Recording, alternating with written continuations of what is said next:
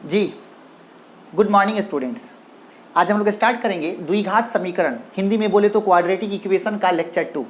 और इस लेक्चर में, पिछले लेक्चर में हम लोग डिस्कस किए थे कि अगर किसी द्विघात समीकरण का मूल संभव हो तो आप कैसे ज्ञात करेंगे। और आपने बहुत सारे सवाल का मूल ज्ञात किया होगा, हमें विश्वास है। मूल संभव है, मूल कैसे संभव है, कब मूल समान होगा, कब मूल अलग होगा, आप बहुत सारी बातों पर बात कर चुके।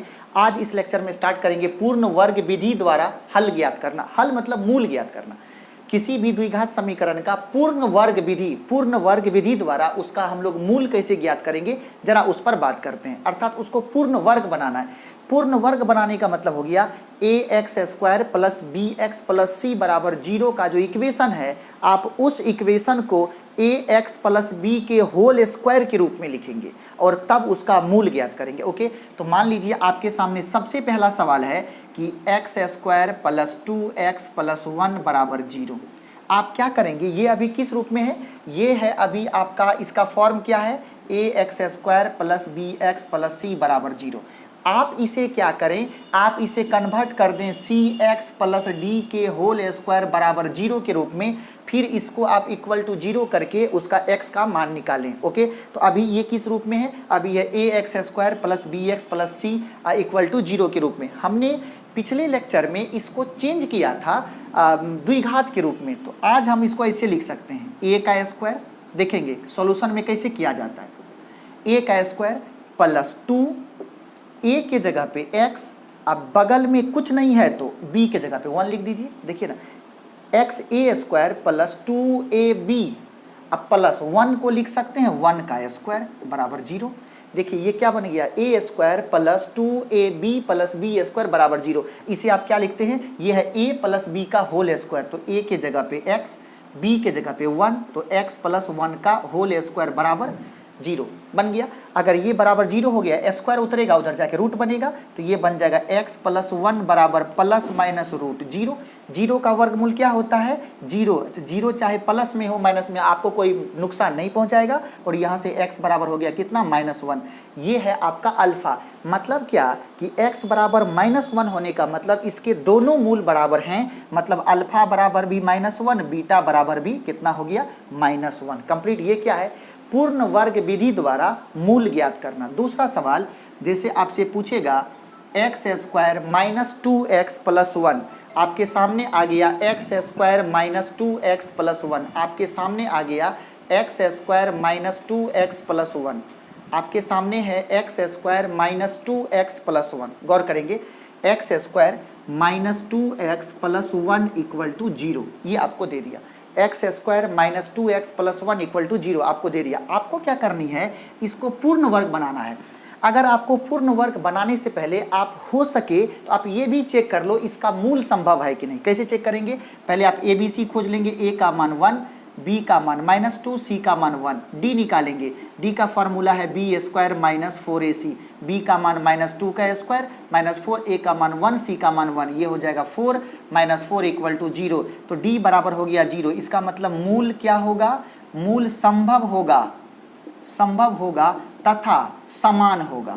समान होगा, मूल संभव और कैसा होगा, समान होगा। अब मूल बराबर, लेकिन मूल किस विधि से, पूर्ण वर्ग विधि से। अब जरा सा इसका हम लोग पूर्ण वर्ग बनाते हैं, इसका हम लोग पूर्ण वर्ग बनाते हैं। हम लोग पूर्ण वर्ग कैसे बनाते हैं, इसका बनाते हैं इसको x² मतलब a का स्क्वायर माइनस, यहाँ माइनस है तो माइनस लेंगे, 2, यहाँ 2ab बनाइए, a के जगह पे x, b के जगह पे 1 ले लिए, क्योंकि गुना करने पर 2x ही पूरा होना चाहिए। तो इस प्रकार से प्लस b², तो a का स्क्वायर हो गया, पूरा हो गया, बराबर 0। अब ये a² minus 2ab plus b², ये क्या बनेगा, ये बनेगा a माइनस b का होल स्क्वायर बराबर 0। तो यहाँ से x माइनस 1 बराबर 0, तो x बराबर 1, मतलब अल्फा बराबर बीटा बराबर 1। द्विघात समीकरण का ये मूल निकला। तीसरा सवाल आप देखेंगे, तीसरा सवाल है आपके सामने, पूर्ण वर्ग विधि द्वारा मूल ज्ञात करने के लिए आपके सामने तीसरा सवाल क्या है, जरा ये देखिए। आपके सामने तीसरा सवाल हो गया, देखेंगे तीसरा सवाल हमने लिखा आपके सामने x² प्लस 5x प्लस 6 बराबर 0। तीसरा सवाल x² प्लस 5x प्लस 6 बराबर 0, पूर्ण वर्ग विधि द्वारा मूल ज्ञात करना। पहले आप ये चेक कर लो मूल संभव है कि नहीं। तो सबसे पहले a बराबर 1, b बराबर 5, c बराबर 6 मिल गया। अब देखिए इसका आप d निकालिए, d बराबर क्या होता है, b square minus 4ac, b का मान 5 का स्क्वायर, 4a का मान 1, c का मान 6, कितना हो गया 25 माइनस 24, कितना निकल गया 1।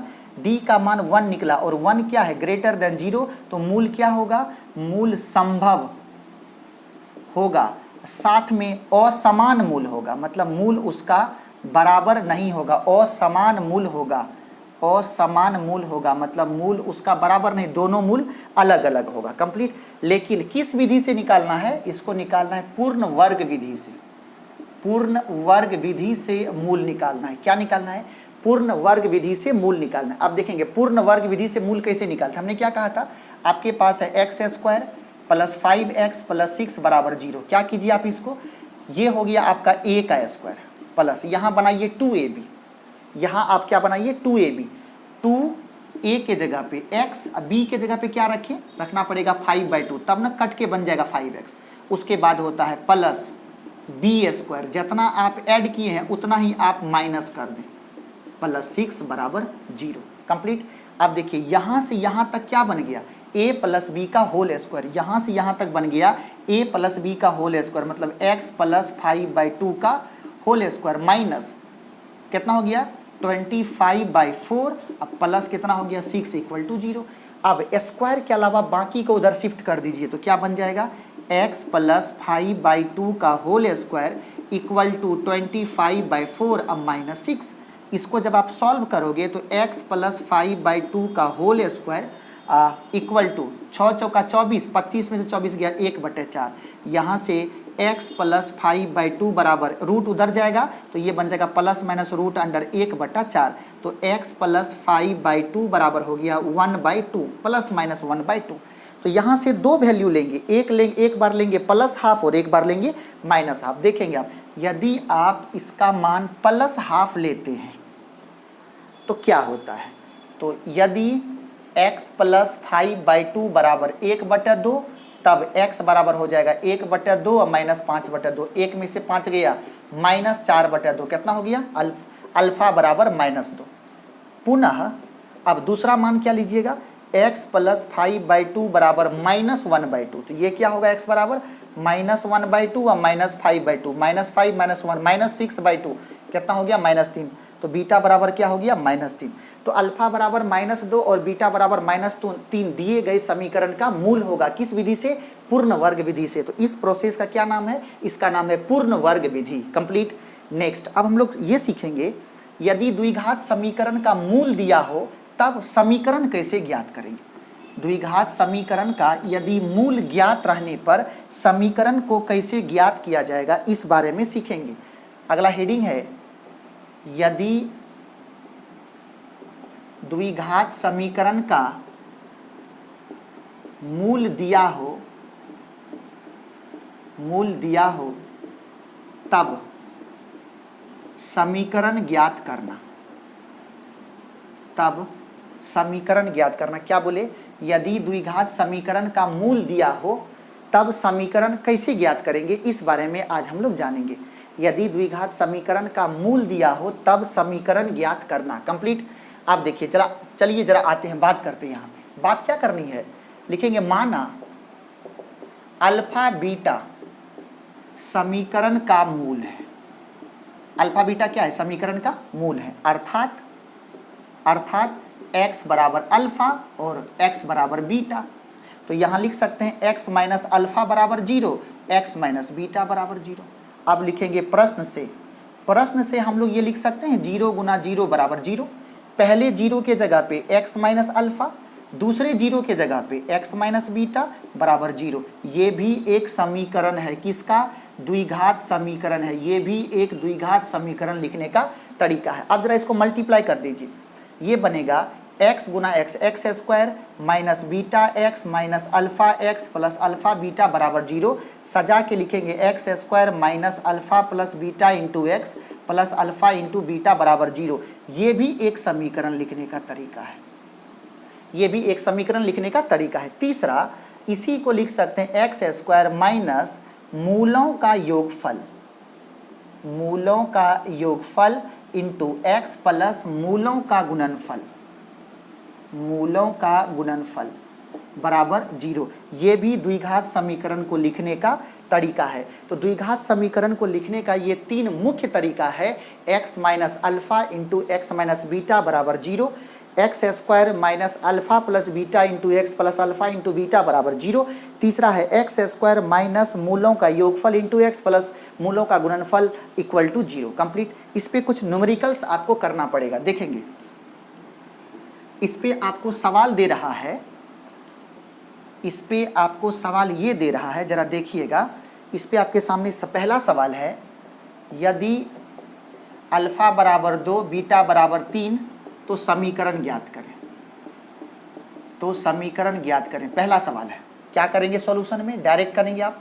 क्या होता है? X square minus alpha plus beta into x plus alpha into beta बराबर 0। एक्स स्क्वायर 3 2 5, 5x, 3 दूना 6, 6 बराबर 0। कंप्लीट। दूसरा सवाल, यदि अल्फा प्लस बीटा बराबर 4, अल्फा इंटू बीटा बराबर 7 हो तो समीकरण ज्ञात करें। तो समीकरण ज्ञात करें, देखेंगे तो कैसे सॉल्व करेंगे आप। आज क्या किया, x square minus alpha plus beta into x plus alpha into beta बराबर 0। आज अल्फा बीटा का मान एक साथ दे दिया, तो x square minus 4x plus 7 बराबर 0। ये निकल गया द्विघात समीकरण का मान। आगे आपसे पूछेगा, तीसरा सवाल दे रहा है, यदि समीकरण के मूलों का योगफल 6 तथा गुणनफल 8 हो तो समीकरण ज्ञात करें। समीकरण ज्ञात करें। क्या पूछा है? आपको दिया है मूलों का योगफल कितना है 6, गुणनफल कितना है 8, तो क्या ज्ञात करना है? समीकरण। फॉर्मूला क्या है? X square minus alpha plus beta into x plus alpha into beta बराबर 0। रख दीजिए x square, alpha plus beta के जगह पे 6, अल्फा इंटू बीटा की जगह पे 8 बराबर 0। इस तरीके से आपको ये समीकरण प्राप्त हो गया। मतलब क्या, यदि मूल ज्ञात रहेगा तो आप समीकरण किस तरीके से प्राप्त करेंगे ये आपको पता चल चुका है। कंप्लीट। नेक्स्ट, अगला है द्विघात समीकरण का ग्राफ। अगला है द्विघात समीकरण का ग्राफ। देखेंगे कि द्विघात समीकरण का ग्राफ कैसा होता है, इस चीज पे हम लोगों को डिस्कस करनी है। तो अगला हेडिंग देंगे आप, द्विघात समीकरण का ग्राफ। अगला हेडिंग है आपके सामने, द्विघात समीकरण का ग्राफ। अगला हेडिंग है आपके सामने, द्विघात समीकरण का ग्राफ कैसा बनेगा, जरा इस पे आप विचार कीजिए कि द्विघात समीकरण का ग्राफ कैसा होगा, इस पे आपको विचार करनी है। चलिए, सबसे पहली बात कि हमने लिखा कि माना y बराबर एक्स स्क्वायर तथा y बराबर माइनस एक्स स्क्वायर, दो द्विघात बहुपद हैं। y बराबर एक्स स्क्वायर और y बराबर माइनस एक्स स्क्वायर, दो द्विघात बहुपद है। ठीक है, देखेंगे आप अच्छे से। पहला है y बराबर एक्स स्क्वायर। ठीक है, इसका a है 1, b है 0, c है 0। हमको a b c से मतलब नहीं है, हमको केवल ये जानना है कि a पॉजिटिव है कि निगेटिव है। तो इसका a क्या है? इसका a पॉजिटिव है। ओके। दूसरा है y बराबर माइनस एक्स स्क्वायर। ठीक है, इसका देखिए आप a b c कितना है, a का मान -1, b का मान 0, c का मान 0। कंप्लीट। तो यहाँ पे a क्या है? a है -1 का मतलब निगेटिव हो गया। तो पहला ऐसा समीकरण है जिसका a जो है वो पॉजिटिव है। दूसरा समीकरण है जिसका a जो है वो निगेटिव है। कंप्लीट। अब जरा सा दोनों का हम लोग ग्राफ ड्रॉ करेंगे। ग्राफ ड्रॉ करने से पहले हम लोग, ये है x और ये है y, ये पहले का ग्राफ पेपर और ये दूसरे का ग्राफ पेपर, ये है x और ये है y। ये है x और ये क्या है? y। ये दूसरे का ग्राफ पेपर। जरा सा कुछ मान लेते हैं। देखिए आपके पास क्या है, y बराबर एक्स स्क्वायर। अब x का मान 0 तो y का मान 0, x का मान 1 तो 1 का स्क्वायर कितना होगा? y का भी मान 1। x का मान -1 तो y का मान क्या होगा, -1 का स्क्वायर 1 हो जाएगा। जरा सा इस तीनों पॉइंट को दिखाते हैं ग्राफ में। x का मान 0 तो y का मान 0 मतलब पॉइंट हो गया 0 0। x का मान 1 y का मान 1 मतलब 1 1। x का मान -1 y का मान 1 मतलब -1, -1। इस तीनों पॉइंट को दर्शाते हैं। 0, 0 यहाँ पे होता है 0 0। x का मान 1 y का भी मान 1, ये पॉइंट आपका यहाँ मिलेगा। ये दूसरा पॉइंट ये है 1, 1। तीसरा पॉइंट जब x का मान -1 तो y का मान 1 है, तीसरा पॉइंट यहाँ मिलेगा -1, 1। क्या हमने आपको तीनों पॉइंट दे दिया?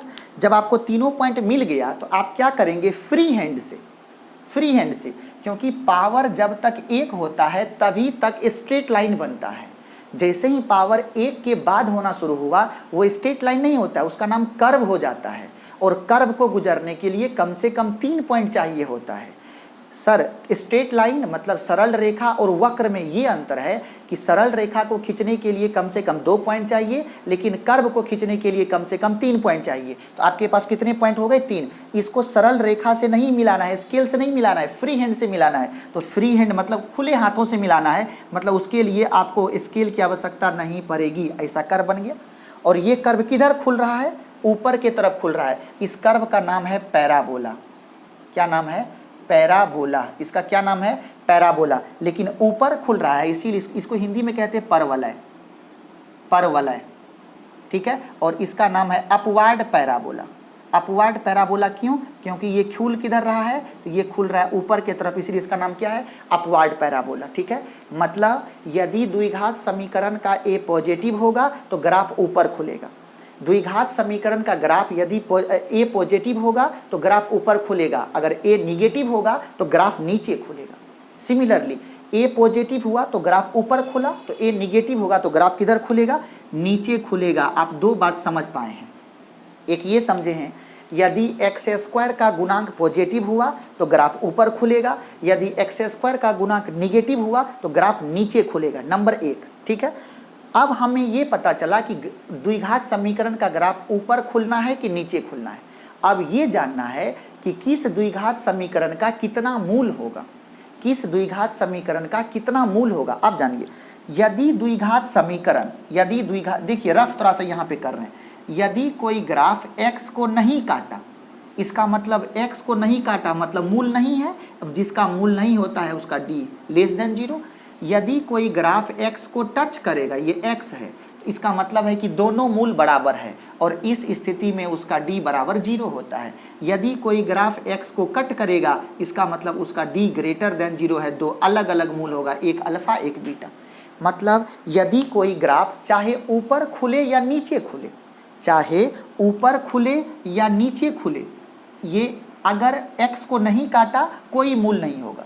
ग्राफ चाहे ऊपर खुले या नीचे खुले, यदि x को टच किया उसका d बराबर 0 होगा। ग्राफ x को ऊपर जाते हुए काटे या नीचे जाते हुए काटे, अगर वो 2 बार काटेगा तो उसका d > 0 होगा। ग्राफ न तो कट करे न तो टच करे, d < 0। अगर टच करे तो उसका d बराबर 0, अगर कट करे तो d > 0। चाहे ऊपर खुल के टच करे, चाहे नीचे खुल के टच करे, चाहे ऊपर खुल के कट करे या नीचे खुल के कट करे, कोई फर्क पड़ने वाला नहीं है। अब कुछ कंडीशन देखेंगे, कुछ कंडीशन देखेंगे। अब हम आपको ग्राफ देंगे और ग्राफ में आपको कंडीशन लिखना है, किस a और d में क्या कंडीशन होगा, क्या रिलेशन होगा, ठीक है। ए और बी में, ए और डी में क्या रिलेशन होगा ये आपको लिखना है। ग्राफ का ए तथा डी बतावे, ए क्या होगा और डी क्या होगा। देखेंगे, पहला ग्राफ है आपके सामने, दूसरा ग्राफ है आपके सामने और तीसरा ग्राफ है आपके सामने। ए और डी बताना है, ये y है, ये x है, ये y है, ये x है, ये y है, ये x है। कंप्लीट। चौथा, पांचवा, छठा। चौथा में क्या है, ग्राफ ऐसा है। पांचवा में क्या है, ग्राफ ऐसा है। छठा में क्या है, ग्राफ ऐसा है। ये y हो गया, ये आपका x हो गया। चलिए देखते हैं, ऊपर खुला तो a ग्रेटर देन 0, न तो काटा न तो टच किया, d लेस देन 0। ऊपर खुला a ग्रेटर देन 0, टच किया d बराबर 0। ऊपर खुला a greater than 0, 2 bar cut किया d ग्रेटर देन 0। नीचे खुला a लेस देन 0, न तो कट किया न तो टच किया, d लेस देन 0। नीचे खुला a लेस देन 0, टच किया d बराबर 0। नीचे खुला a लेस देन 0, कट किया d ग्रेटर देन 0। ये क्या है, इसका कंडीशन है ग्राफ का। a और d में क्या क्या कंडीशन होने वाले हैं, a और d में क्या क्या रिलेशन होगा, उस रिलेशन के बारे में आपको बताएगा a और d। तो a और d के बारे में ग्राफिकली हम लोगों ने इस तरीके से समझा, ग्राफिकली हम लोगों ने इस तरीके से समझा।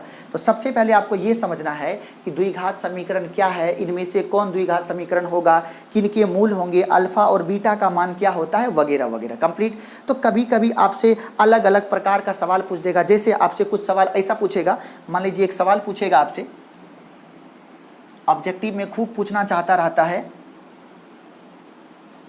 ऑब्जेक्टिव के लिए ये सवाल जो अभी करवाने वाले ये बहुत इंपॉर्टेंट सवाल है। आपसे पूछेगा यदि एक्स स्क्वायर माइनस के एक्स प्लस 1 बराबर 0 के मूल बराबर हैं, के मूल बराबर हों तो के का मान बतावे, तो के का मान बतावे। ऐसा सवाल बहुत पूछता है, के का मान बतावे। कंप्लीट क्या बोला, दी एक्स स्क्वायर माइनस के एक्स प्लस 1 बराबर 0 के मूल बराबर हैं तो किसका मान बताइए, के का मान बताइए। देखेंगे ये सभी ऑब्जेक्टिव में ऐसा पूछेगा। सबसे पहली बात, एक्स स्क्वायर माइनस के एक्स प्लस 1 बराबर 0, आप ए बी सी निकाल लो, ए का मान 1, बी का मान माइनस के, सी का मान 1, मिल गया।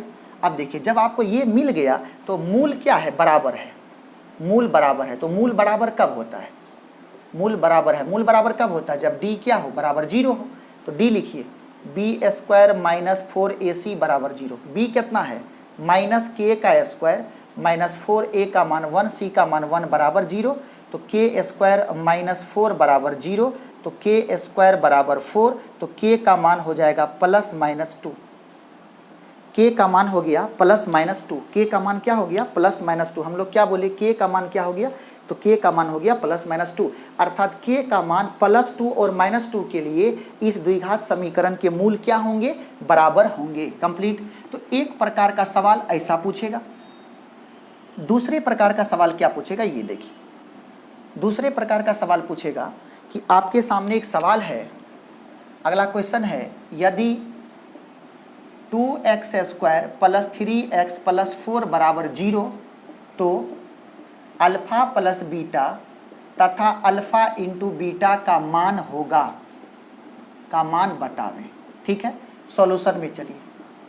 सबसे पहली बात क्या दिया, 2x square plus 3x plus 4 बराबर 0। आप सबसे पहले ए बी सी निकाल लें, ए का मान 2, बी का मान 3, सी का मान 4, और अल्फा प्लस बीटा बराबर क्या बताए हैं, माइनस बी बटा ए, तो कितना होगा, माइनस 3 बटा 2। अल्फा इंटू बीटा बराबर क्या बताए, सी बटा ए, तो ये हो जाएगा 4 बटा 2, मतलब कितना हो गया, 2। ये है आंसर।